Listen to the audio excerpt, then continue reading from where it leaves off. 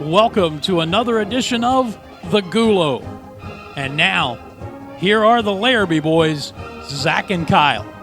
Well, I want to share first of all, kind of an experience that I had growing up. I'm sure you guys are all familiar who are tuning in here on the Gulo this week. So, I remember being a little kid. I think I was maybe middle school or something, and I can remember the previous Christmas.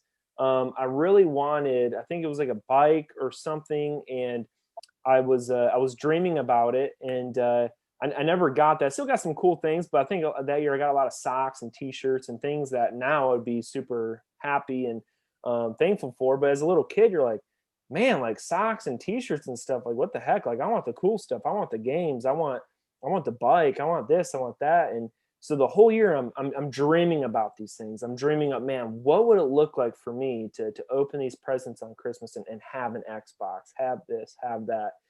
And I can remember the following Christmas, we were driving around on Christmas Eve, and we were driving by the house. And this is after we left Grandma and Grandpa Larrabee's, and we're going by Dad's house, and we stay in the car for some reason. And I remember that he had dropped our stepmom off to go in the house, and he said, you know, we're not going to go in yet. We're going to continue to drive around the house. And so the suspense is building, and then I started dreaming again of, man, maybe there's something really cool in there that they need to bring inside that's for one of us kids or maybe even myself. And so as we're driving around the road for about 20 minutes or so, we finally pull up in the driveway, we get out of the car, we go into the house, and we start opening presents. And after all the presents are opened up, I remember it was being a good Christmas. I remember we were happy with whatever it is that we got. But the one thing that stood out to me, Kyle, was at the end of that night, they brought in one last present. It was for me. It was a mongoose bike with pegs on it. And I was so excited. Something that I had dreamt about, something that I had the ability to dream about, to savor. I finally got that one big present. And I was super excited, super happy. And I remember I had a lot of great memories on that bike from there on out. And it was so good as a kid to dream. It was so good. Even if you didn't get something, you knew the next year that there was a possibility of being able to reach something that you haven't before. Now, as Michigan fans in the past, it has been a lot like that. I can remember as little kids, you know, if we didn't necessarily beat Ohio State, I knew the program was in a good spot to where the next year it was possible. I knew the next year it was possible for us to beat Ohio State, to have a successful season, and to go on to a bowl game, a big bowl game, maybe even the national championship, and win it all. We used to be able to dream for the next year of what it would be like to accomplish those goals as the Michigan football program, as Michigan football fans. Well, Kyle, that has been taken from us. It's been stripped from us this past weekend against Michigan State. Even when Harbaugh came in here to Michigan, we were still able to dream. We were able to dream about a day where we could win the Big Ten East, beat Ohio State, get to the Big Ten championship, win it, and get into the college football playoff. We came so close in 2016. We were still able to dream. But now, 2020 pandemic, we're not even 3 weeks into the Big Ten season, and I can't even dream. It is over. It is over for me. There's no way I can dream. I can't dream about that day where we win the Big Ten, where we beat Ohio State, where we get to the college football playoff. It's been taken from me. I don't even know what it's like to dream about those opportunities anymore, because I know that under Jim Harbaugh, there will be no way that we get through the schedule, that we win the Big Ten East, and we get to be able to proclaim ourselves as conference champions, as possible national champions. And so, Kyle, that's where I sit today as we dive into week 5 or 6 or whatever it is of here on the Gulo, and we discuss this horrific scene on Halloween this past Saturday that we saw when Jim Harbaugh in his lazy, unprepared Michigan Wolverines, ranked number 13, took the field and got their butts absolutely whooped up and down the field against Michigan State. And so here we are. I want to again just welcome all of our listeners into this. You guys have all experienced just a dreadful weekend as Michigan football fans. A moment that Jim Harbaugh has had at least 1 or 2 or maybe even 3 of these games the past 6 years of his tenure here. And we thought this year was definitely the year that it was going to be changed around. We have the quarterback. We have the skill set. We have the best running back room in the Big Ten, possibly the best defensive front. We lost to Michigan State, a team where Mel Tucker barely even had 3 weeks with the team before COVID shut down the country. A coach in Mel Tucker where he got hired on after the deadline was signing was over. Recruiting was done for the year. He had no time with his team. They had Zoom call practices. And he came into the big house and absolutely made a fool of Jim Harbaugh and the Michigan football team. Kyle, I want to open it up to you a little bit, bud, and I just want to hear from you of your first initial reaction from this game. I mean, it was bad. I'm sitting here and I thought maybe it's a Monday. I'm not as reactionary as I was on Saturday. And now we start the show and dude, I'm just I don't know where our next steps are. And for me, it's over. I've lost all faith in Jim Harbaugh. He can go ahead and win these next 4 or 5 games. And I still know that he is not the man that's going to bring us to where we need to go. Because I know that Week 8 game against Ohio State is looming, and they're about to hang 100 on us. Kyle, what are your initial thoughts after this game on Saturday? Well, I mean, my initial reaction, shocked, stunned, had to rewatch it over again and break it down and try to make some type of logic sense out of it. But my first initial reaction was just shocked, stunned. It was like a deer in headlights, just completely like, what the heck? It's like the Michigan fan in was it 2018 or when we got the block punt and he's just like completely frozen and just staring out at the abyss of nothing. Just that's how it was, man. I mean, I was, my prediction of 69-13 was completely shattered. I personally took this as an embarrassment for not only my prediction, but just my total analysis of last week that, I thought I did pretty good on. And I thought honestly, I had the confidence in the team to go down and really pound it to Michigan State. I knew the first 2 quarters was going to be a little rough and it was going to be a close game because it's a rivalry, in-state rivalry. And Michigan State always does this. They always give us a fight. And there's a lot of times that there's upsets. And so I knew that coming into this prediction last week and just thought we had a different team, thought we had a different game plan going into this, different season. I thought we had something that was unstoppable and unbreakable. And that, again, is just the classic Michigan fan with the Kool-Aid glasses on and the dreaming attitude that we all seem to have or used to have. But yeah, I think this game was a real hard one to swallow. It's very hard to dream much more after this because it really kind of, for most Michigan fans, this was kind of that last straw that really broke the camel's back. The Twitter frenzy was going nuts all weekend. And, one guy had a funny video, a Michigan State Spartan fan of doing the whole reenactment of the guy on the skateboard with the jug of juice. And he had a water bottle, a gallon, 5 gallon was a gallon. And it said Michigan Wolverines tears, and he was drinking it. So yeah, it was funny. I thought it was funny. I retweeted it because it was funny, but it's true. We're tearing, we're crying, we're upset, shocked, stunned, embarrassed. Because so many of us Michigan fans, we were ready to celebrate before they even came out of the tunnel and hit that banner. And I think for some reason, I think the Michigan players thought the same thing as they were coming out of that tunnel. It's almost like they just had to show up, put the shoulder pads on, the helmet, put the girdle strap on, and get out there and hit that banner, go through the tunnel, and everything was going to be okay. No fans. I don't know if that had some type of initial reaction for some of the players too. But it it's unsettling to see what the ending score was, and to see how bad we honestly got beat on both sides. And to see year 6 in the Harbaugh era, it's a lot of people are saying that this is it. This is the year that, this is the end of the Harbaugh era. A lot of people want him out now, or they want to wait till the end of the season to have him out.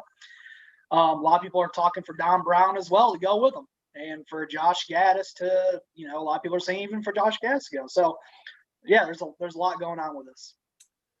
Yeah, man. I mean, you say you're talking about us drinking the Kool-Aid and stuff.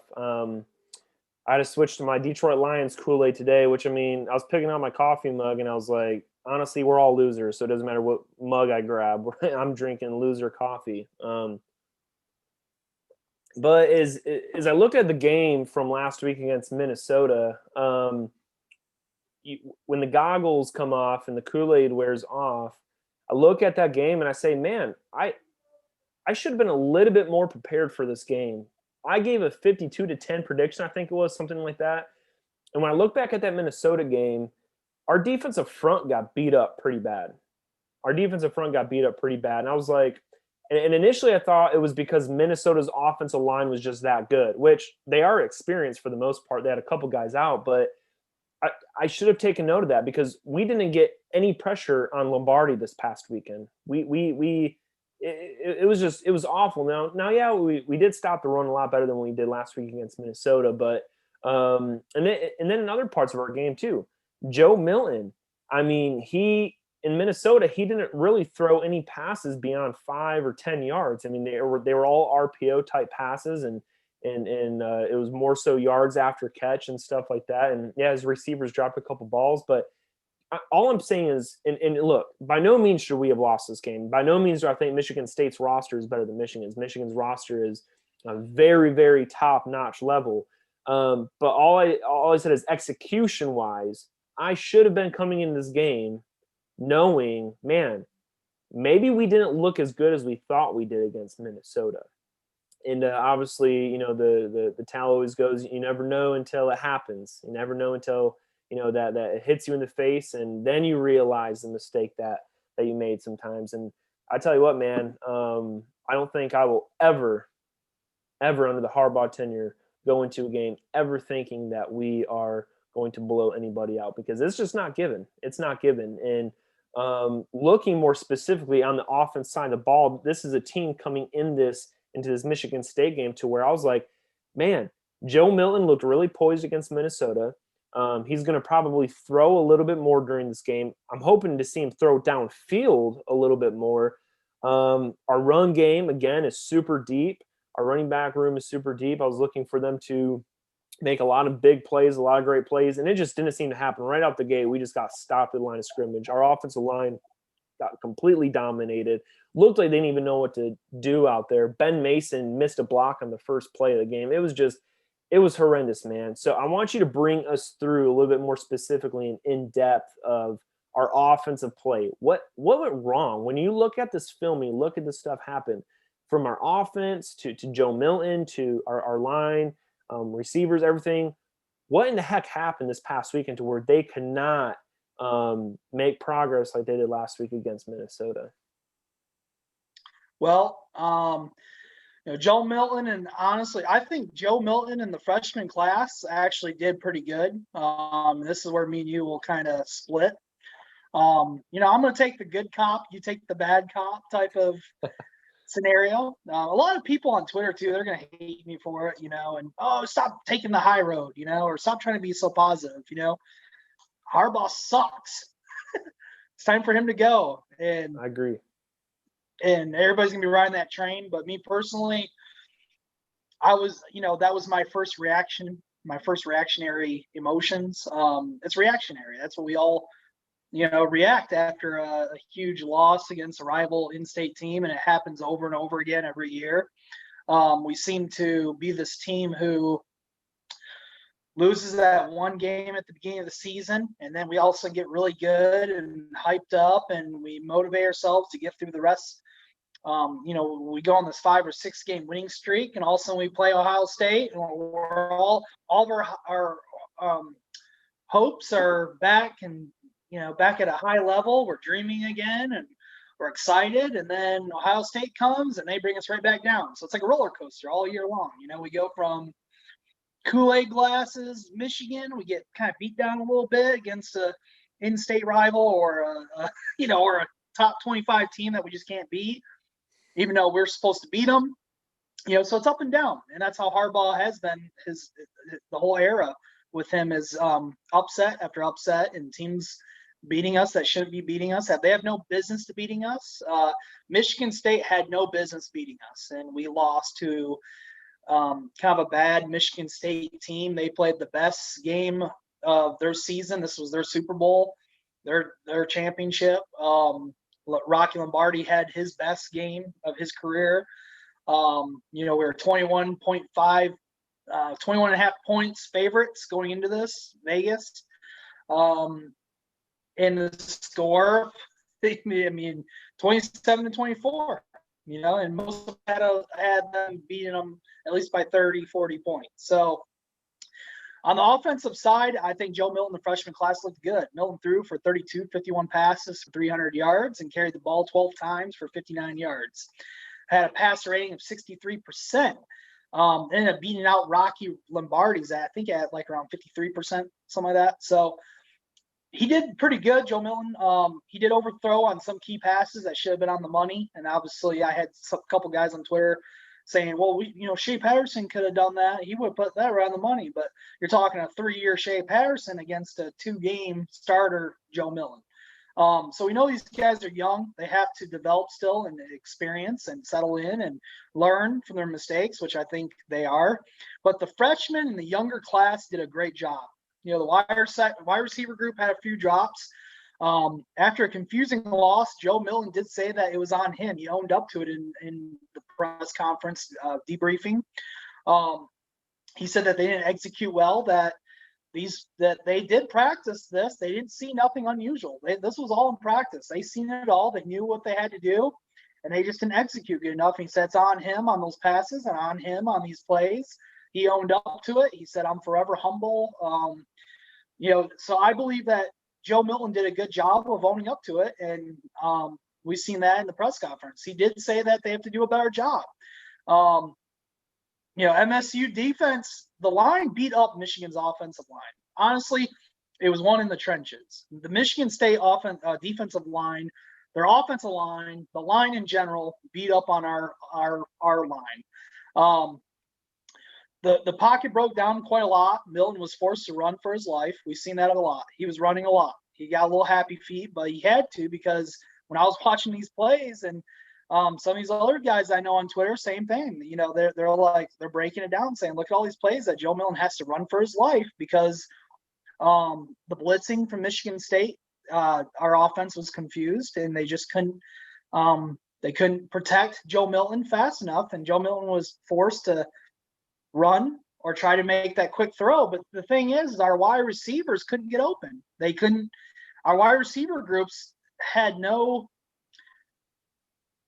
space, no break off. And I think Urban Meyer said that best, was they were able to press down on our wide receivers and they were able to put pressure on Joe Milton and make him throw fast and throw early. And he couldn't do that. And they played to Joe Milton's game, and they won that battle. Michigan State won on the defensive battle up front, and they were able to stop our wide receivers from getting open. And that was the biggest key that Urban Meyer said, that the reason why we lost that game was because our wide receivers could not get open to catch the pass, and the passing in general was not there, for the big plays. Blake Corum did look fast, though. He showed off his speed with 2 touchdowns, 2 catches. Roman Wilson did good with 5 catches for 71 yards. A.G. Henning caught a pass for 15 yards in a run. So I think all the Michigan fans should be excited for these young players as they grow and get more experience. Our offensive line kept getting their shoulders turned and blocking out, which was not good. Blocking stance techniques need to improve. That's Ed Warner. We need to do a better job of that. I went back and paused some of those plays, and our offensive line was, again, turning just like they were last week. And Doug Skeen brought that up last week against Minnesota. Seeing the same thing this week. Like you said earlier, Ben Mason right off the bat was like frozen. It's like he just wasn't there, like he was sleeping, and he just completely whipped the block, and we got crushed. We had numerous injuries that kind of occurred throughout the game. A lot of them were minor, and a lot of these players will be back for Indiana. So Joe Milton said, none of these pressures really affected me. That was just me as a person. I've got to fix it, Milton said. I was a lot more poised last week against Minnesota. I got more poised throughout this game, but I don't know why my feet was busy. I think my mind was just roaming everywhere. That's totally on me. Everybody did what they were supposed to do. It's just on me. So he owned up to it, his faults. But this wasn't on him. Honestly, this was as a collective team. This was on the coaches, the coaching, the plays. It was in general just the schemes. And Michigan State came out, played their best, and we couldn't get open on offense. Our line got beat. And as a collective whole, we could not execute, like you said earlier, Zach. And Michigan over and over again tested Michigan State's middle, and they're nearly every time it failed. The perimeter worked, especially with true freshman wide receiver Roman Wilson. But over and over again, the Wolverines attempted to force plays that weren't there. Harbaugh didn't blame Milton for those faults, and rightly so. But we didn't see some of those exceptional throws Harbaugh said that we seen earlier with the Minnesota game. And a lot of that has to do with the wide receivers just not getting open. So if you watch it, you can see that we would have a rhythm, and then that rhythm would cut. Then we'd get a rhythm again, then we'd cut. So we were going up and down with our rhythm. We couldn't get into a really good rhythm and keep that momentum going. And that's how that drive would all of a sudden be a third and long or a second and long. What would we do? Our coaches would end up trying to run the ball up the middle. And so some of the play calling was just stupid. It was pretty dumb. And I was just pulling my hair out, especially, I was eating pizza, sitting here watching when Joe Milton, was running the ball. They had momentum. They were cruising down the football field. And they have all this synergy, all this energy put into this drive. They're linked in, they're focused, they're locked in, they're moving, they're ready to score. They're almost there. They're in the red zone. All of a sudden, Harbaugh or Gaddis completely stalls the drive, cuts the synergy, the energy out, retries to move this offense with a new scheme called the Wildcat. They take Joe Milton out. He's sitting on the sideline. They bring in Hassan Haskins as quarterback. 2 plays in a row. I mean, if it doesn't work the first time, why try again? They keep pounding a Wildcat on the red zone, and it almost gets intercepted a little too low on the pass. But the thing is Joe Milton could have scored that. Why take all that? You know how valuable that energy is, how long that takes to get that precious energy built up, to get a movement downfield, and to break that up and then try to bring in a whole new formation on the red zone. To me, that was fancy. It was trying to be cute. It was way too much. It was overthinking. And it's just, to me, it shows that inexperience or just not the right play calling with the coaches. And I want to pull my hair out because even Joe Milton, you could tell he was frustrated. He's like, come on, man.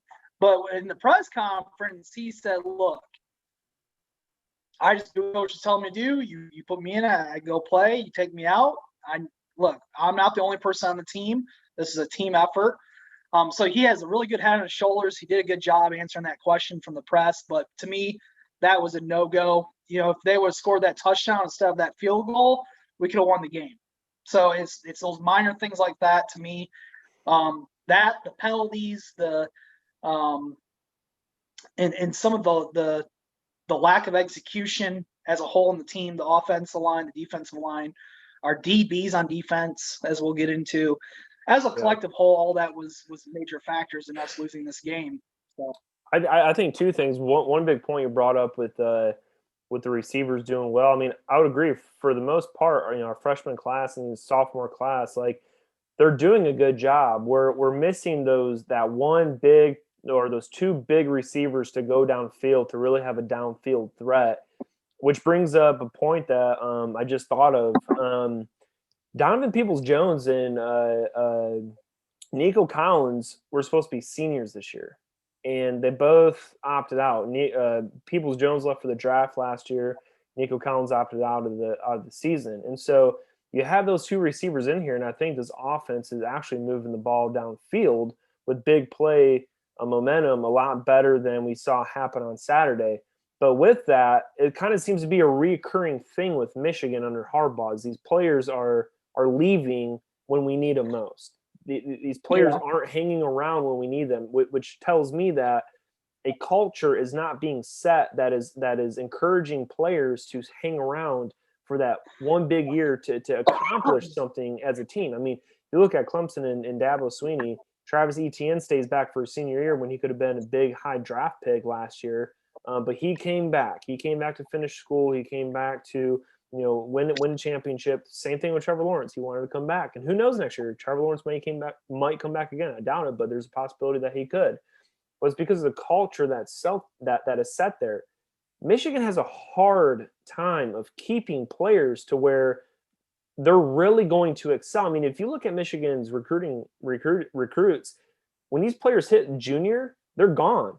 Just imagine if they were to stay here another year, what this Michigan team would look like. I mean, imagine what our offense would be like with our offensive linemen who stayed from last year. A couple of those senior guys to come back and really bring this thing to the next level. Imagine what our receiving core would look like with Nico Collins and even Tariq Black, which I'm glad he's gone because his attitude was poor. But or Peoples-Jones to stay back. Imagine what that would be with our offense. So for me, again, it's kind of just it's hard for me to swallow because I look at these dudes who left. And I'm like, man, they could have been so valuable to see this team reach championship level. Why do they keep leaving? And for once, I just want a class. I want a people to want to stay at Michigan and win a championship.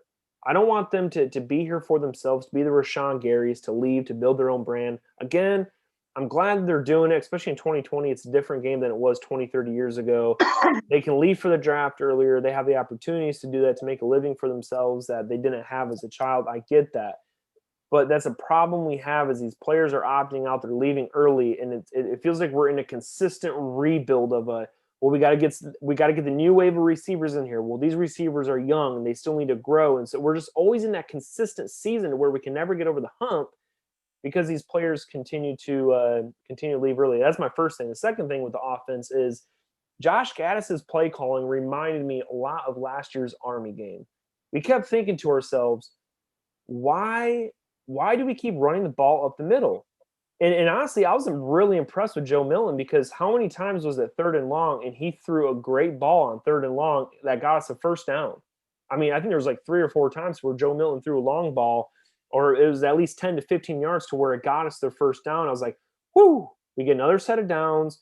We get to continue this momentum. But then Josh Gaddis runs the ball right up the middle again. It's just like, why do you continue to do this? And again, it just shows that they aren't making in-game adjustments. In Joe Milton's interview, his post-game interview, they asked him, was there any adjustments made? He said, no, we didn't make any adjustments because we felt good about what we were doing. And these things are just setting off red flags because they're consistently happening. There's no in-game adjustments because they feel like what they had planned for is going well. Well, sorry to burst the bubble here, but if the game's not prepared Monday through Friday, it's not going to be won on Saturday. The game was not lost on this past Saturday. It was lost Monday through Friday, which means they did not prepare well through the week. I'm sorry, you can cut it any way you want it. This game was lost Monday through Friday. These players, these coaches were unprepared Monday through Friday, while on the other side, Mel Tucker had his team ready to go. And so I look at this game offensively and I say, look, Joe Milton did have a lot of yards, but he never got in the end zone. Joe Milton did have these things, but we were never able to cross that over the goal line into the end zone. And it was just, for me, man, this is why it's keeping us fans sitting here reacting like this, is because it's year after year. It's those 1 or 2 games to where we're waiting for this game plan to come out to really put points upon them because we know we need them, and they just decide not to do that. You talk about Blake Corum, that first touchdown where we tied it up 7-7, where he ran around the end. Man, that was awesome. I could not believe what I saw from him. I was like, dude, this guy reminds me of a J.K. Dobbins type. And then we don't use him hardly ever the rest of the game. We keep running the ball up the middle. It's just, for me, man, I think this is where a lot of the just frustration is coming from, is because these coaches, it's just like they don't know what they want to do. And then you're hearing from players that they're not making adjustments. And Joe Milton's back there saying, I just got to prepare more. I just got to do better. I felt like I was good. I just got to execute. We've been hearing the same thing over and over again. That it's just a deal of execution. Well, that's why we're sitting here. We're not able to dream anymore because it's just happening over and over. Arguably the biggest upset in Harbaugh era for sure. Yeah. Arguably, arguably, because there's many other games that people argue with on that one. But to me, it was probably the most arguable. It was probably the biggest upset for sure, just because it was 21.5 favorite. Michigan was going into that. And no one thought MSU could win this game, especially with Michigan being ranked number 13 and Michigan State not even being ranked, just losing to the Rutgers, looking like crap. But the thing is like Mel Tucker said, is they had a lot of turnovers. If those were cleaned up, it would have been a different team, different Michigan State team against the Rutgers. And that I overlooked. I had Michigan State fans on Twitter saying, "See, told you, Kyle. My prediction was right, yours was wrong." I was like, look, I had to own up to it myself. Just like Harbaugh said he had to own up to it. I'm wrong. Michigan State's right. I'm ugly. Michigan State's pretty. I'm bad. They're good. I suck. They're awesome. Hail the Spartans. Because, Michigan came in way too confident. The media and the fans hyped it up. I hyped it up. They were flat, man. Just like OSU last year and Wisconsin last year. You remember the Wisconsin game? I said it. I said, man, we are flat. Like, we are not coming out here like we want to play. They thought it was, as long as they dressed up, like I said earlier, and they came out there, they were going to win. But Harbaugh, he's not his old self. He's not. He doesn't have that same energy and that same fight that he used to have when he first came out of the tunnel. I don't know what happened to the old Harbaugh, but the blue pants didn't work. He wore them again thinking that maybe that would help. But I just think if he had a better energy, a bit more force, that would actually, the players see that. They lock into your coach's energy. And to me, since he hasn't been like that, he's kind of stepped back and be that CEO. He's kind of lost that drive to want to show that expressive energy on the football field like he used to. And I think the players hype up on it. It's like Dabo Swinney, he gets hyped up. I've seen Nick Saban getting hyped up on the sideline. I think as a coach, it's good to be hyped up, energy, because that's what football is. Football is a physical and mental, emotional game that you have to be revved up 24/7 in that game. And I think Harbaugh, I don't know if it's lackadaisy that I feel like I see, but it's just the energy's not there. And a valuable lesson to be learned: be better prepared, study lots of film on what went wrong, and have to get back to Michigan football the way we're used to playing against Indiana. And that's all I can really say on that, is we have to close this. We have to look forward to Indiana. Stats were close. Michigan outgained Michigan State 452 yards to 449. And we rushed the We outrushed the Spartans 152 to 126. Joe Milton had a 63% passer rating compared to Lombardi, who only had like a 53 or 54, something like that. So it really came down to some key big plays and some key battles. It starts at the top. Harbaugh has to win this in-state rivalry, no excuse. His teams, they came out flat, ill-prepared, not executing properly. We looked sloppy, beat, and flat. I think that they came out of the tunnel and hit the bear, and then they thought they could win. And that's really it comes down to against this Michigan State is execution and ill-prepared. Maybe they practiced all week, but they just came out not ready. And I want to add on that again too. And I told you this last night when we were talking on the phone. To me, this is the worst loss that Michigan's had. Gosh, that in my lifetime, this is worse than Appalachian State, because when we lost to Appalachian State, it wasn't like Michigan came out there flat and didn't want to play. we just got beat by a better team in Appalachian State. And I don't think it was until a couple years after that people realized really how good the Appalachian State team was. We just couldn't compete with their speed. It wasn't a lack of fortitude or a desire or want. We just got beat by a better Appalachian State team that game in 2007. This is totally different. And you're right. Harbaugh is more so now just a shell of what he used to be. Well, let me tell you this. Harbaugh has never been anywhere more than, 3 years or so? And so after his first 3 years at Michigan, he's used to transitioning to a new team to bring a new excitement and new energy. Well, it's like he's been stuck at the same place now for 6 years to where he's just completely lost that. And I don't know if he's ever going to get it back. There is nothing indicating to me that Jim Harbaugh will return to who he used to be on the sidelines. There's nothing indicating that to me because this is now the third or fourth year in a row to where he has come out in a game. And look, your team is going to be, your family is going to be a reflection of who you are as a leader. And the team came out flat multiple times now in his tenure, not because they came out flat, but because Jim Harbaugh himself has come out flat, because Jim Harbaugh himself throughout the week has failed to prepare his team mentally to get up for these types of games. I'm telling you, man, I don't see anything that is going to show that Harbaugh is going to turn the page with this part in his coaching. Well, I think that the three things that we've seen that need to be fixed is we have to be able to adjust in the game, not just at practice. Like Don Brown tried to say, Harbaugh said that we do adjust at half. We do try to adjust. But the thing is, sometimes you have to adjust on the fly during the game. And it seems to me like they're having trouble adjusting properly, which comes down to the coaches just being very bold-headed with that. It comes down to culture, and you've been hitting on that.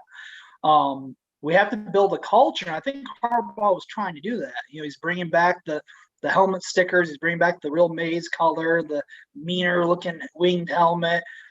He's trying to build this culture, this brand.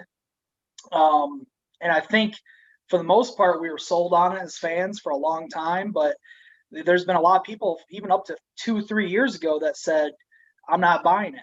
I'm not buying this. I'm not buying the physical appearance. I want to see results. I want to see It starts right here. If you want to build the culture, It starts right here. The culture starts in here. It starts hard, and I think that Harbaugh has failed at trying to build that heart culture. I guess we'll call it heart culture. Because, it's like me and you were talking the other day. Let's say we were playing our rival team back in high school. Let's say you only play 9 games, and let's say you go, 5-4, 6-3 every year, and you win, over 500 every year, over 50%. That's really what Harbaugh is doing at a college level, but with a whole lot more talent than most of the teams that he's facing. That's a problem. We have high school teams out there that have really good coaching with not as much talent. They do a lot more. Same with all these coaches in college who they get a chance to play at elite college team, school like Jim Tressel did, and they can do a lot more with that. So, yeah, I think we have a problem with this right now, and I'm still graceful and patient. I want to see. I think Michigan can. I'm going to continue to ride the Harbaugh train. I'm going to continue to ride the Michigan train. I'm going to continue to keep my Kool-Aid glasses on for now and just kind of duck and hide and kind of take this as it goes through this year. Just because I think that, we're at a fork in the road. You can either he doesn't renew his contract at the end of this year, and we find a better coach that's in the top 3 elite, that's better than Clemson or just as good as Clemson, Ohio State, and Alabama, which is very tough to do. That's rare to find that type of talent. Or you find somebody that's exactly the same as Harbaugh, which gets you what we already have right now, and might as well stick with the guy who is here at Michigan, right? It was a Michigan man. Look, we're consistently every year a little bit over 500. We're doing mediocre we're doing mediocre at 11 and what are we usually 10-2, 9-3. Is that good enough? I don't think so. No, but do I still have hope for Harbaugh to do better than that, to get to that next level? I think it's a learning curve. I think that he has to learn how to adjust in the game. His coaches need to learn how to adjust.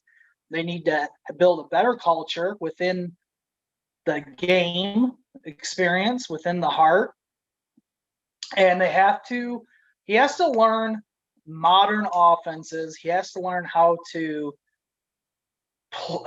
run a modern offense and how to run the spread correctly. His guys they need to be on the same page with this. And we have to be able to defend modern offenses like Ohio State. Even with Michigan State, we got burned. Our defense, we're about to talk about the defense, and we're at that point right now where it's year after year we're continually repeating ourselves. They're not changing, and we're still getting beat by our in-state rival, by Ohio State. So yeah, we're at that pivotal point right now, that fork in the road, and all I want to do is sit at the fork and try to wait for a new road to appear. But obviously that can't happen. Either you stay with Harbaugh, or you have to get, or you get off the Harbaugh train. And does Ward Manuel, does he walk in the coffee break room and look at Harbaugh with his coffee mug and say, "Look, Bo, you have to win out, and you have to beat Ohio State. We have to win the Big Ten championship, and I want to see us try to make it to the playoffs this year, or else you're not getting that contract extension. Or I'm going to extend you for 1 year next year, and you have to beat Michigan State, you have to beat Ohio State, Big Ten championship, and you have to be in the playoffs. If you don't make any of those, you'll be fired after each one of those deadlines that you don't make." Well, we can do that. And that's got to be the discussion that needs to happen. And for me, the reason why I'm off is this: there's some things, when people say there's some things that can't be coached, you just need to have it. I think there's some things that as a coach that you can't develop other people in if you don't have it. And Harbaugh obviously is missing a piece that I can't even dream that's going to come back, because I know it's not going to come back. He has failed, and I'm completely off the train with Harbaugh. I don't care if we win the rest of our games and lose to Ohio State. And I'll add this. We say, well, what other coach can we get that can bring us to the teams that are elite right now with Ohio State, Clemson, and Alabama? And I'll say this. Obviously, there's no coach right now that you can say is like those three coaches, because if he was, then he'd be getting paid a lot of money, and he'd be at one of those universities. My thing is this. There is a coach like those three coaches. He's coaching at a smaller school right now that if you hand him the resources that Michigan has, he can be an elite coach like Ryan Day, like Dabo, and like Nick Saban. I'm gonna bring up a coach right now. His name's Jamie Chadwell. He coaches for Coastal, right over there up in Myrtle Beach. He was at Charleston Southern University, Kyle, when I attended there, and he took a team that had a football program that was completely bad, and he won Big South championships. He recruited to the point now. You're recruiting in Summerville, South Carolina, Goose Creek. It's a local community college type feel to where you're recruiting these players in state type of thing. He brought them within 3 points of beating North Dakota State, a team that wins those Division II national championships year after year. The same team that had Carson Wentz there as their quarterback. Jamie Chadwell took Charleston Southern University to that type of level. And then he gets to go to Coastal Carolina, to where now he's the head coach, and they're undefeated, and they're ranked number 15th in the country. You're telling me, and this is a guy where he has created a culture. He has created a love. He has created something for his players to where they just want to play for him, and he's going to prepare his team. If you give an underdog coach like that an opportunity to coach at the University of Michigan, you think he's going to let that squander? You think he's not going to look at that and say, all right, if I'm coming into this program, what are the 2 things that I need to make sure I accomplish here? Beat Ohio State, beat Michigan State, win a Big Ten championship. That's what I need to do. So for me, when we're looking for our next coach, which I think it is coming, we need a coach like that to where we say, look, what coach has succeeded at a level to where if we hand him the resources that the University of Michigan can give him, that he's going to succeed? Because obviously we hired a guy, Jim Harbaugh, who came in already highly paid. He has already proven himself. We handed him everything, and he has failed.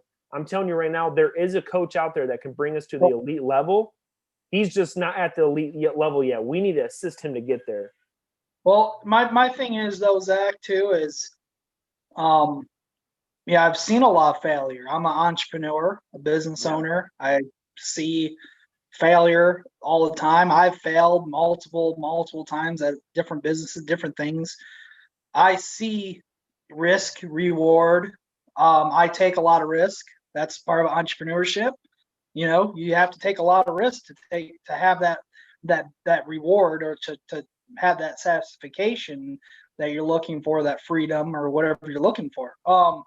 When it comes to football, it comes to seeking for that head coach, or you want that dream as a Michigan fan, or as an administration, as a college, you want that dream to see Michigan, especially Ward Manual. You want to see national championships. You want to see relevance. You want to see Big Ten championships. And you thought you had your guy. You paid him a whole lot of money, and it's not working out 6 years later. A lot of people are off the wagon. Most people are actually completely burning the wagon down to the ground now. Where do you go? Where do you go? Do you take that risk? Is the risk finally overmatched to grab that reward where you say, sorry, Harbaugh, we're done with you. I think we need to find this guy from Coastal that we're going to take a massive risk on. Yeah. If he doesn't work out, it's going to really burn us to the ground even worse again. Bring us back to the dark ages, even worse. Do you know what I can guarantee? Or do you know what I guarantee? This is what I want to see. I want to see a coach who has effort. Do you know what I care more about than a national championship and stuff? A coach who has effort, who wants to actually try to play in a football game. I'd rather see Jamie Chadwell come here and have his team prepared, and have his team, a team where I can look at and I can be proud of, a team to where the rest of the people don't give us crap, a team to where we can say, you know what? They came in this game prepared. They came in this game ready to play. And if they do those things every single week, there will be a breakthrough. I'd rather have that with Jamie Chadwell than have Harbaugh come out here paid so much money in year after year after year, give us an effortless team to put on the field, something we can't be proud for, something to where we are thinking of spending money to go to the Michigan-Ohio State game next year, knowing very well that they're going to throw it in the trash. Well, I think as well, you got a lot of your fans, dimensional. You know, I look at all the different types of Michigan fans here. You got a lot of fans that are old school, or they look at Michigan as, look, we have always been mediocre. You got those fans. Hey, we've always been a mediocre. But we've always given effort. Yeah, I mean, mediocrity is kind of Michigan's thing.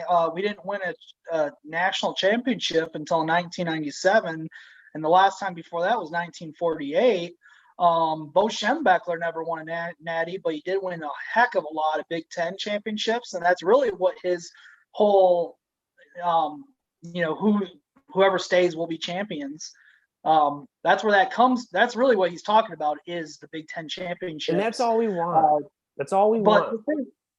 The thing is we have always kind of, we've had tight battles against Ohio State, against Michigan State. We've always been on that losing side or the winning side. It's been 50-50 for the most part. But, I see that mediocre type of side, but then I see the side like you, where it's like, look, we deserve to be that Alabama, that Clemson, and we should be winning natties every year or every other year. We should at least be relevant in the playoffs, fighting for the playoffs, winning Big Ten championships, beating in-state rivals consistently, beating teams that we're supposed to be beating, and competing against Ohio State, closing that talent gap, closing the we shouldn't be only beating them twice in 20 years.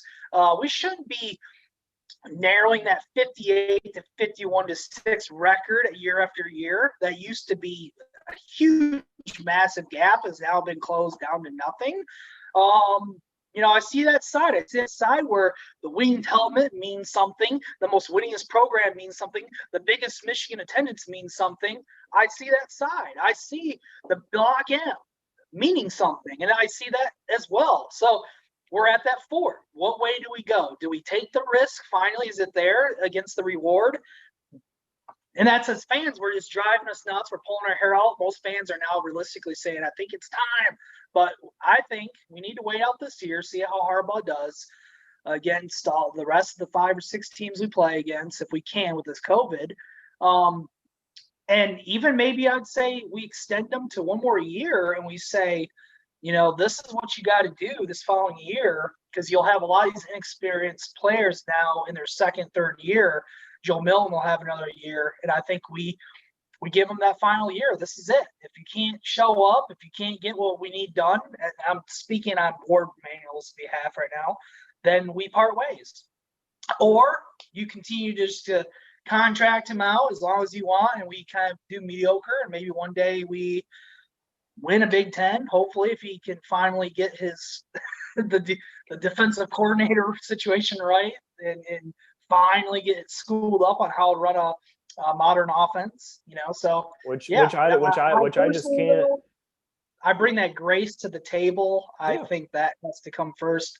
And extended grace. I know a lot of people are like, "Yo, I gave him grace 3 years ago. It's been way up past due. It's time." Because if you get beat by Ohio State 2 years in a row by 60 points, 70 points, Don Brown should have been fired by now. Harbaugh should have been on the platter 2 years ago. It's time.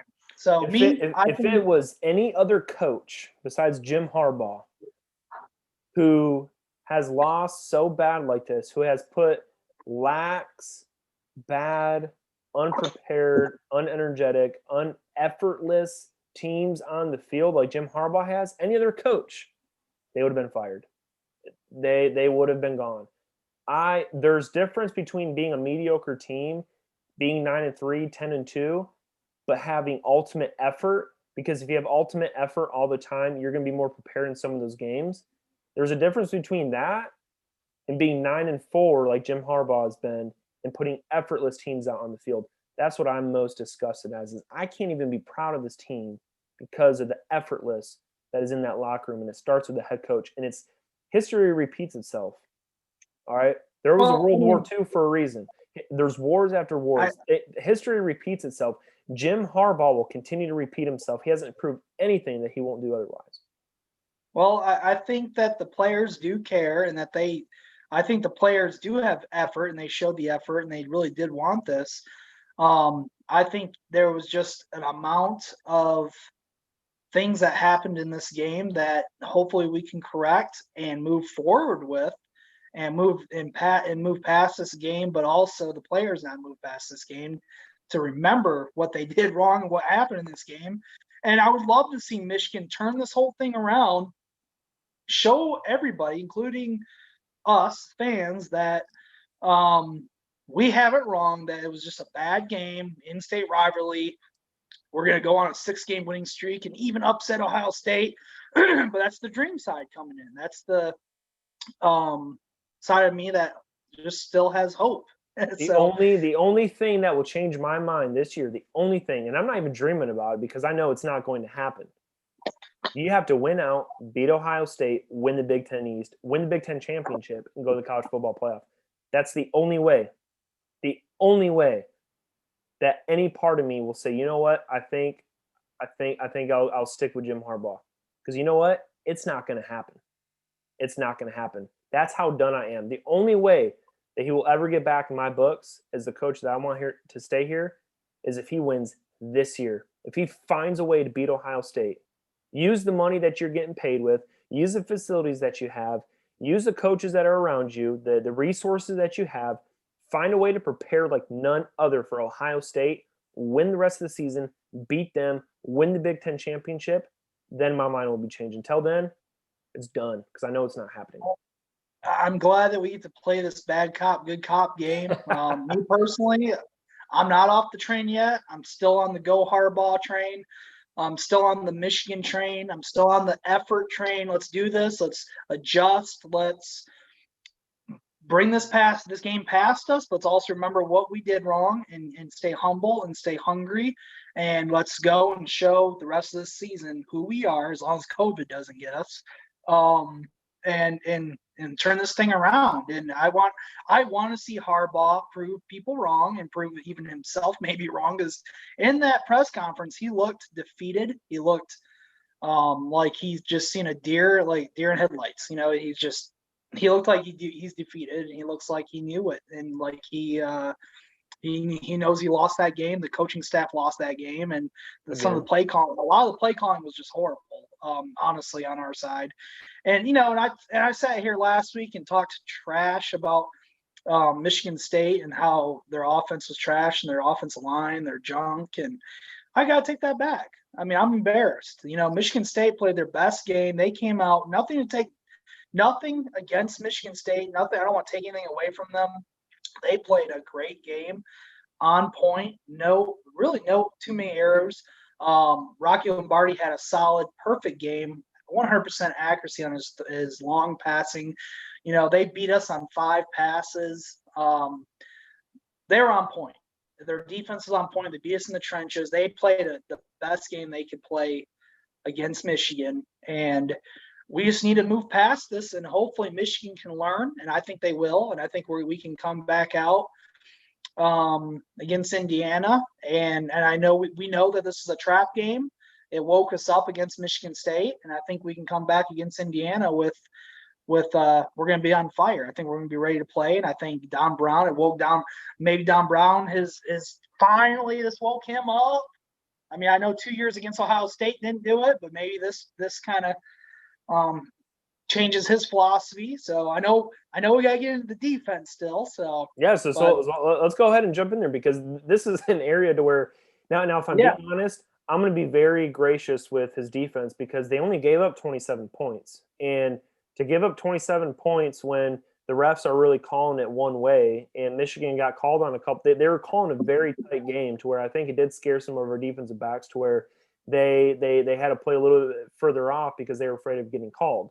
Now, if they're calling it close like that, Kyle, Don Brown's job is to do some in-game adjustments.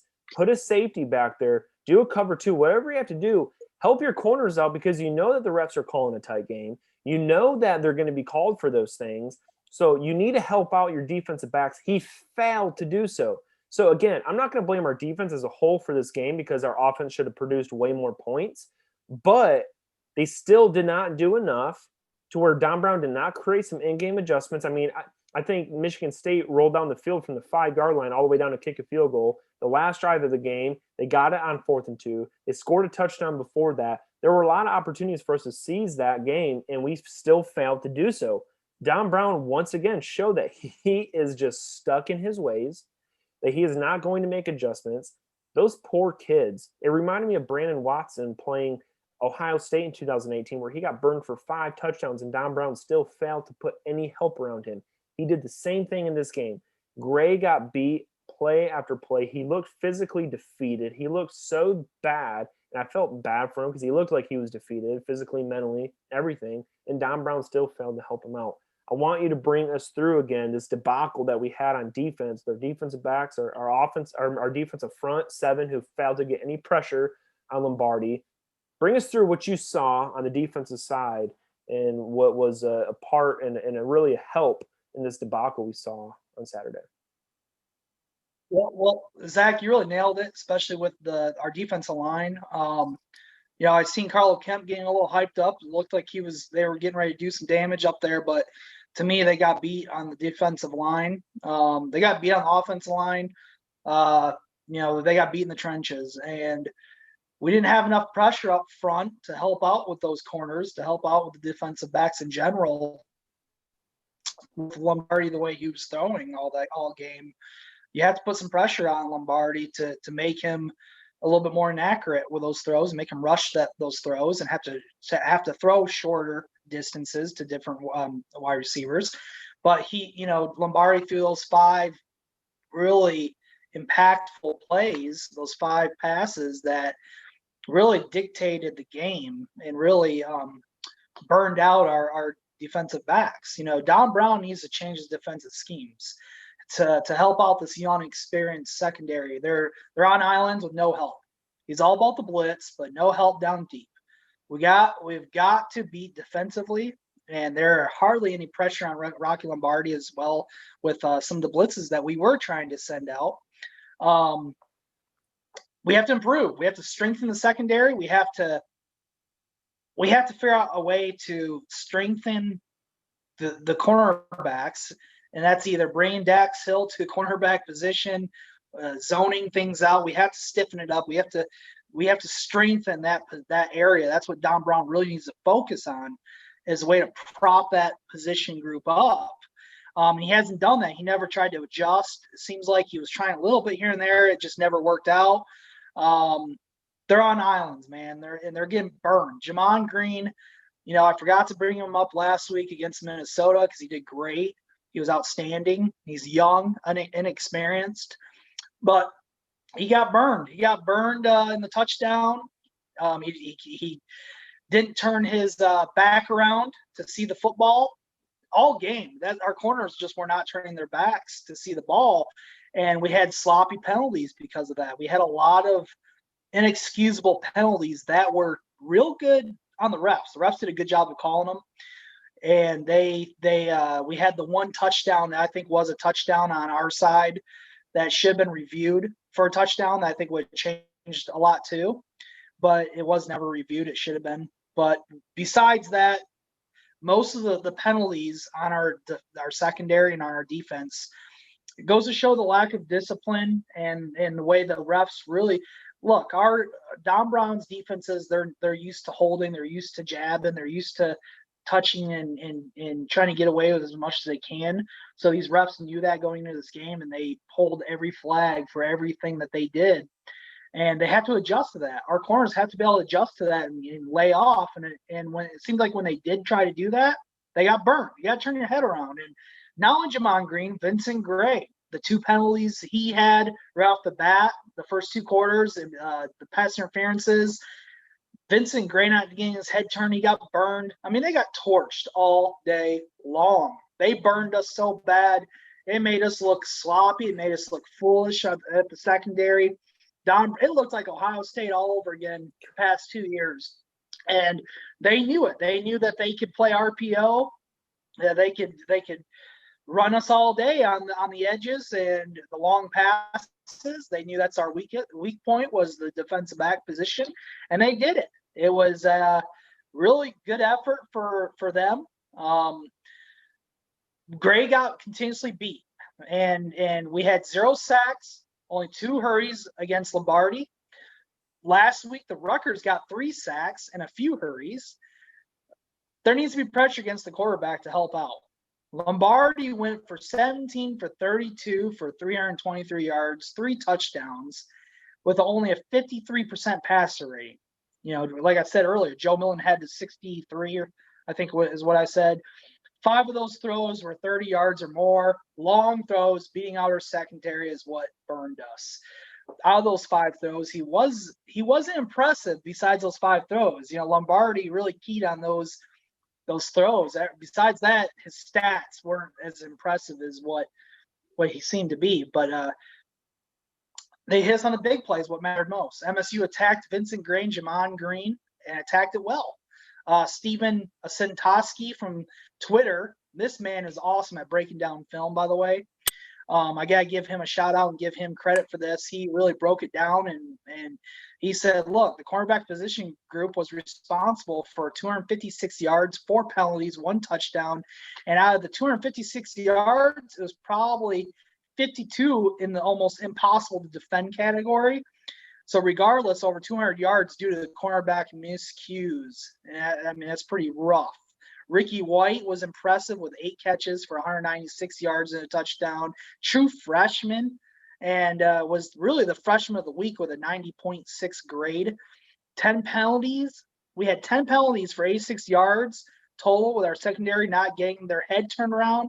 Schemes need to be changed. Secondary was left hanging. Don Brown needs to make it easier for them without the experience. We don't have experience there. You need to help them out, Don Brown. Need to change what fits to the skills of the corners. That's the thing, is if the corners aren't skilled with what you've been doing for the past 5 or 6 years, you change it up. Go to their skill sets. Help them out. And I don't think he's seeing that. These kids are young. They're Well, 18, 19. he's also failed to recruit well too. I mean, we don't have the Well, same defensive backs that we had in 2016. I'm sorry, we don't. He's well, failed to recruit. I will say this, that Michigan has recruited a lot of DBs in 2019 and 2018, 2019's recruitment. That was also from Steven. He also brought that up and mentioned that we have actually recruited mostly a lot of our defensive backs in the last 2 years, which tells me there's something going on why Don Brown can't figure this out. And so I'm really burning on Don Brown at this point. It's why were we so good when we had Dirk and all of a sudden with Don Brown, it seemed like the first couple of years he was good, but I think as teams caught on to his style, his all-out blitz style, they were able to find his weaknesses, and he's not adjusting. It's like that's all he knows, and he's too stubborn to get out of those ways. Or he's just weak, or he's just it's one of his weaknesses to where he can't adjust. Another thing too I want to bring up is our defensive line coach Nua. I mean, he has just as much responsibility in this. Okay, he doesn't have the responsibility over the defensive backs, but I mean, goodness sakes, man, our front seven, who are supposed to be the best front seven in the Big Ten, we got zero pressure on Lombardi. That's on Nua. Well, there was also multiple offsides on the defensive line, 3 guys specifically. That can't happen. 3rd and long on one of the penalties, there was a lot of momentum on our side, and all of a sudden it was just taken away. The penalties killed us, so that's the biggest thing, especially in the red zone. Minnesota ran strictly RPO and rarely tested the CBs outside of that. So we did a lot better on the defensive side last game against Minnesota. But with Michigan State, they went outside that RPO, and the pass protection was also terrible. So MSU often kept 7 in the block against Michigan's pass rush, which usually is 4 for 5, and throws were quick. Lombardi had quick snap outs, and he was able to get it off and release, and those little small passes they did do that weren't as impressive, but they rocked us all day long, and that was their plan. They came with a good game plan, and Don Brown wasn't able to adjust, and we see what's happened. This is deja vu from Ohio State for the past 2 years. So scheme should have changed. And then you look at Ohio State play Penn State, and they just look flawless again. Justin Fields throwing for 5 touchdowns, and they asked him after the game, what weakness do you see on this offense, if there is any? He said, there is no weakness. His words, Justin Fields says there is no weakness on their offense, and I'm terrified of what they're going to do to our defense come December 12th, because it's not going to be good. I think when you look through this whole game again, I know – yeah, go ahead. Well, we still don't know what type of team we're going to be. We don't know if we're going to be a team that only lost this one team or this one game and we turn everything around, or we don't know if we're going to be a team that ends up losing 4 or 5 games potentially. We don't know. And right now it's looking like, heck, we had one great team game against Minnesota, but then we turn around and lose to Michigan State. Now we find out Minnesota lost this week. I mean, it's what type of team do we have? Yeah. We still control our own destiny. We have to fix the mistakes, play better, clean everything up. We have to figure this out fast, and we have to put this game behind us and come out with a chip on our shoulder and go on a winning streak like we have done before, and be better prepared for OSU this coming up year. MSU still has to play Indiana, Penn State, and Ohio State, which I'm guessing they won't win at least one of those games. So that still puts us in control of our own destiny. We still are in control of our own destiny right now. So with that said, we need to forget this loss, move past it, and be ready for Indiana. And I know the fans don't have to. We can sit here and dwell on it all day because we're fans.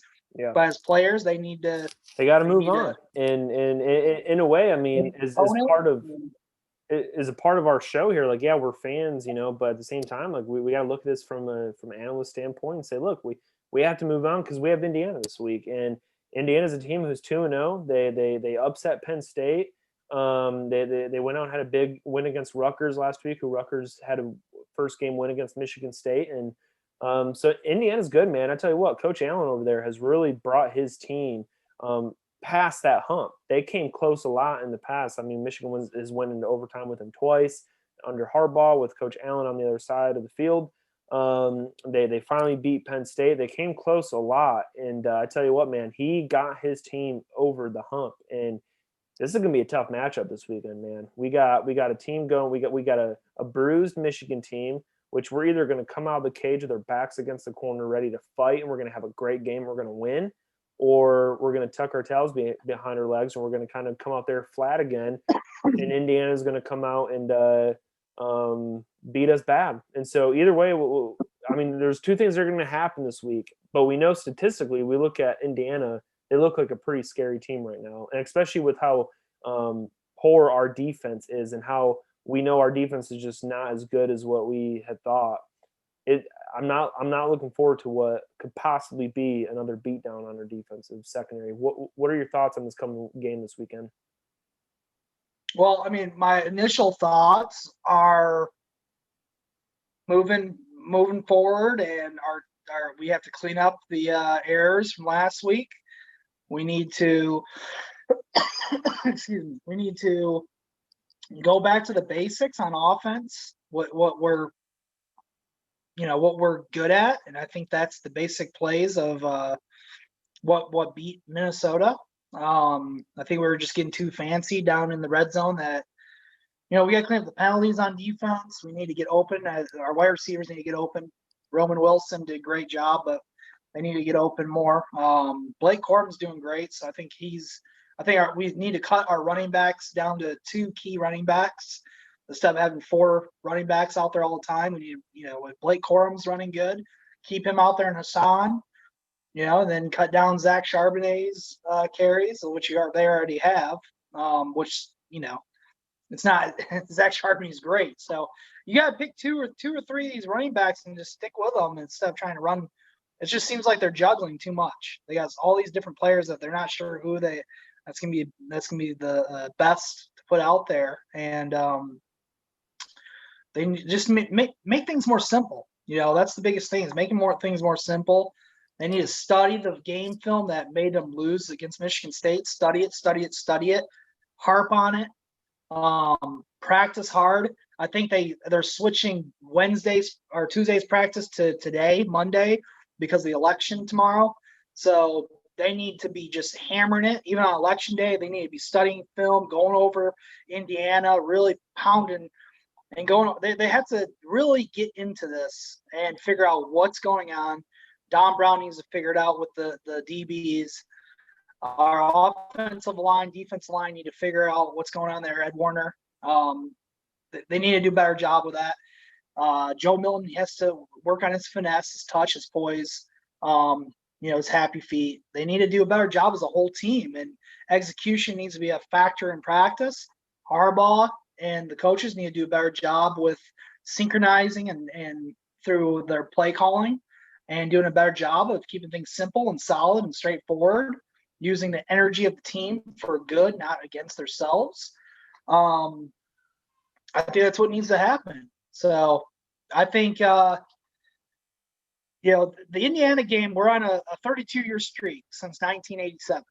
So 27 games. It could end this weekend with Michigan losing. Michigan better find some answers quick. That's what we kind of just went over. Indiana comes into this game 2-0. Indiana won the first time since 1993 as a nationally ranked team on Saturday with a 37-21 triumph over the Rutgers. So that's pretty big news. Hoosiers are also number 13 in the new AP media poll, their highest spot since 1987. Rightfully so. Indiana has not been ranked higher than the Wolverines in a head-to-head matchup since 1988. So we're kind of back to that 1987, 1988 year when Indiana beat us the last time. Could we see that same deja vu? Can Michigan stop their offense? They have to stop Michigan. Michigan has to stop their quarterback, Michael Penix Jr., who honestly, I watched some film on him. I watched him against Penn State with that overtime win where he ran.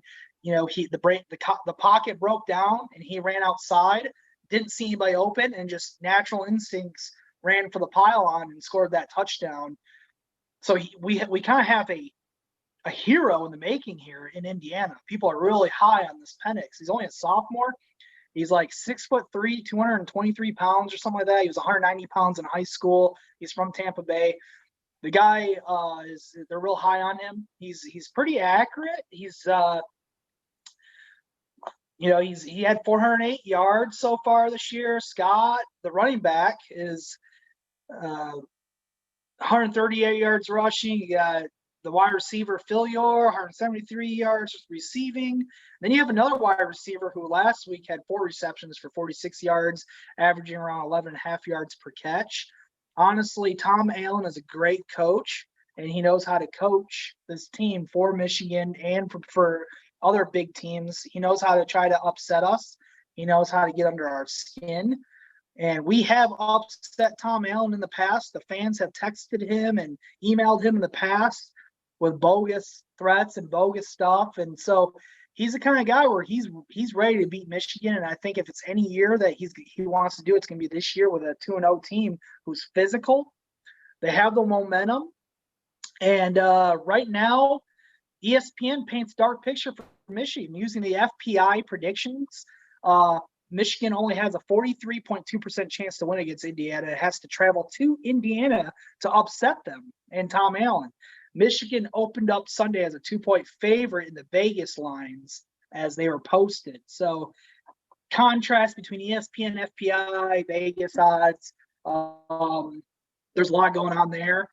Honestly, we got to stop Michael Penix Jr. and we got to stop Stevie Scott. Stevie Scott's their big running back who seems to be powerhouse in it too. So it's going to be a combination. Really, we have to key on the rush, stopping their offense. We got to key on our DBs again because they're going to continue to hammer our weakest point, which is our defensive backs, until we finally get that right. And right now it's looking like Penix is a pretty good thrower. He's pretty accurate. Well, and in the years past, too, I think Indiana exposed their defensive secondary to where I can guarantee they're going to be throwing nothing but crossing routes and open field passes. And I tell you, man, if Don Brown does not adjust in this game, it's going to be bad. It's going to be worse than Michigan State. I mean, Indiana's got a possibility to put up some major points through the air on us. They have a really mobile quarterback. If he does not adjust something this week, it's not going to be good. It will not be good for us. He's a dual threat pro style quarterback. He's 6'3", 223 pounds. They have an offensive coordinator, Nick Sheridan, his first year, and he's been great. I guess he was there last year. He's the old quarterback at Michigan. Yep. Yeah, that's right. Yep. So, Indiana's defense shines too in the past 2 games, only allowing Rutgers with 177 yards total and Penn State only 250 yards against Penn State, which that's pretty good for a defense. So it's not all their offense. Their defense has also been doing a pretty good job of keeping these teams at bay. Now we're talking the Rutgers, but again, Michigan State lost to Rutgers and we just lost to Michigan State. Penn State, I mean, they beat Penn State and they held them to 250 yards total. Now we're not talking just offense. We're talking total. We're not talking about just passing. We're talking about the total offense. It's it's gonna be tight. It's gonna be hard. This is gonna be a tough battle against Indiana. There's a lot of messages from the post conference of what Harbaugh had to say from the Michigan State game and leaning towards Indiana. Maybe we can put that in a different video, a short video next. Yeah. Because there's a lot going on there, with Bob Shoop and clearing some things up there. But we'll leave that for a short video, if kind of a bonus video if people want to tune into that. But yeah, when it comes to Indiana, man,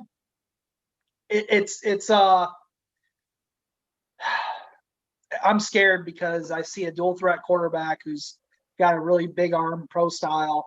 I see an offense that's groomed, ready to go. An offensive coordinator that's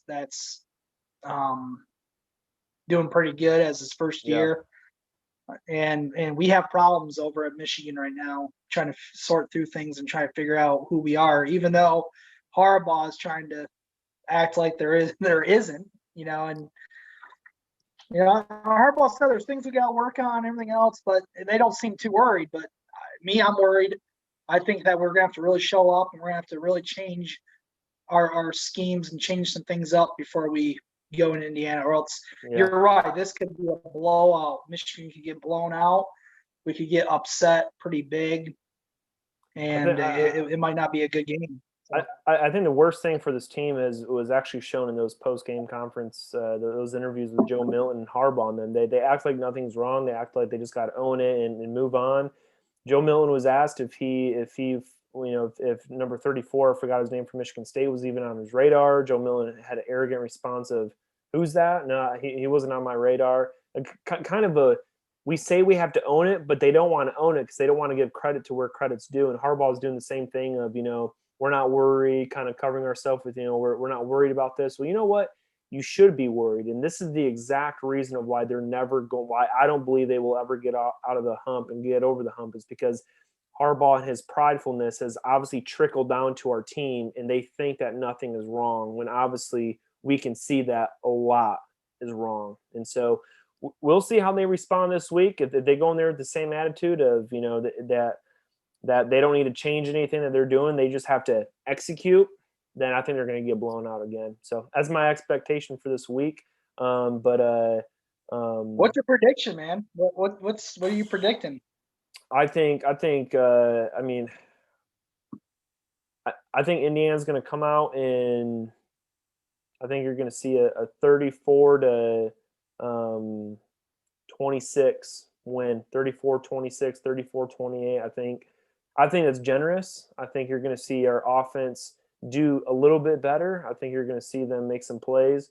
But I just think Indiana's offense is going to be too much. Again, this is a season in college football to where it's whoever can score the most points, and I just think they're going to score more points. So are you picking Indiana upsetting Michigan? Yep, I'm going to say Indiana's going to beat Michigan 34-26 or 34-28. I don't have any hope, man. And from what I saw with the pridefulness and them not being able to change and adjust, this is where I'm at, man. I mean, I don't see it being prideful. I think Michigan is hurt, and I think that they're arrogant. Joe Milton, Harbaugh's arrogant. I think he's awkward, and he socially has some awkward issues when it comes to being in public and press and being under pressure. And when he's stressed and he's vulnerable, when he's almost like he's naked, he's just sitting there naked. Yeah. He's vulnerable. I think he gets very socially awkward, so he doesn't know what to say. That's why you always see the oh yeah, we got beat. I don't know, what else you want me? I think that's, and he's kind of got that dry personality when it comes to a press conference. Anyways, you have to say the right questions. You have to say it right to him. You have to make sure everything's on point. It's kind of like that Nick Saban or Bill Belichick type of style that he seems to have at points when he doesn't want to answer anything after a loss. And so you have to expect that. The frustration from Joe Milton, too. You got to expect these young kids. They're frustrated. They're upset. I think he did own up to it. I think he did a good job of explaining, But, yeah, they need to be prepared. They need to be ready for this. I think our offense will do better. I think we will improve on the offensive side. I think the defense will continue to struggle. And I think that our wide receivers will get more open, which is going to be the biggest improvement, which was one of the biggest reasons why I think we lost against Michigan State was our wide receivers not being open enough. And then I think our defense, which was the other biggest thing, was our DBs getting burned and on islands. I think that's going to continue. So I see a high-scoring game, but I do think Michigan will pull this out with a very tight battle, 37-34. And it's crazy because me and you almost had the same score predictions, and we didn't even tell each other before this podcast. And so I think we're right there. We're kind of synced in, but obviously you're playing bad cop today. I'm playing good cop. And I am going to stick with the Michigan Wolverines. The winged helmet, baby. Go blue. Hashtag go blue. Kyle Larrabee at Kyle Larrabee _ Twitter. Hey, Michigan's going to pull it off. I ain't giving up on the boys yet. I think we're going to beat Indiana at a tight battle. And it's going to be tight. It's going to be one in the trenches. Our wide receiver's going to get open. Joe Milton's going to punch some. He's going to punch some Hoosiers in the face. I think Harbaugh, they're going to come out hungry, and they're going to beat every team going on out. All the Ohio State. We're going to burn the Midwest down to the ground. Well, Kyle, for your sake, I hope you're right. But again, I have no hope. The only hope I have is to go out and watch Tom Brady play. The only hope I have for Michigan football is to live in the past and watch Tom Brady play on Monday Night Football tonight. And so he's him and the Buccaneers are playing against the Giants tonight. So I'm going to go and watch that game and relive my Michigan fandom through players who haven't played for Michigan in 20-something years. So, but anyways, before we transition out of here, again, I just want to say thank you guys for tuning in. This has been a hard week, but this is why we're here. We're a voice of the fans of Michigan sports, and we're here for you guys to engage with you guys. And so go ahead and, again, if you guys are looking for any needs photography-wise, go ahead and look at Nick Reed Media. He's a great guy for that. He's helped us out with our graphic, did a wonderful job. Kyle, before we head out, we can't close out with having a moment of silence for our 3 dogs, Corky, Suds, and Mia. And so despite win or losing, we have to have a moment of silence for them. So let's go ahead and do that now. And moving on to the last thing, again, we want to advocate for Murder Wolf. We feel the loss of you this season for not having you in the streets of Ann Arbor. So Murder Wolf, we are excited to have you back, my friend, next year in the streets of Ann Arbor. And hopefully we can get you on the field somehow. Don't know if it'll happen, but we're advocating for you. For all you Buckeye fans, enjoy the sweet season, because you still have to remember that it is 58, 51, and 6, and we're still in the series lead. This year, it'll most likely be 58, 52, and 6. But until you surpass us, you are still all losers. Anyway, Kyle, it's great to be with you again today and tonight to discuss Michigan football. And we will see you guys here shortly. Till next time, Gulo out.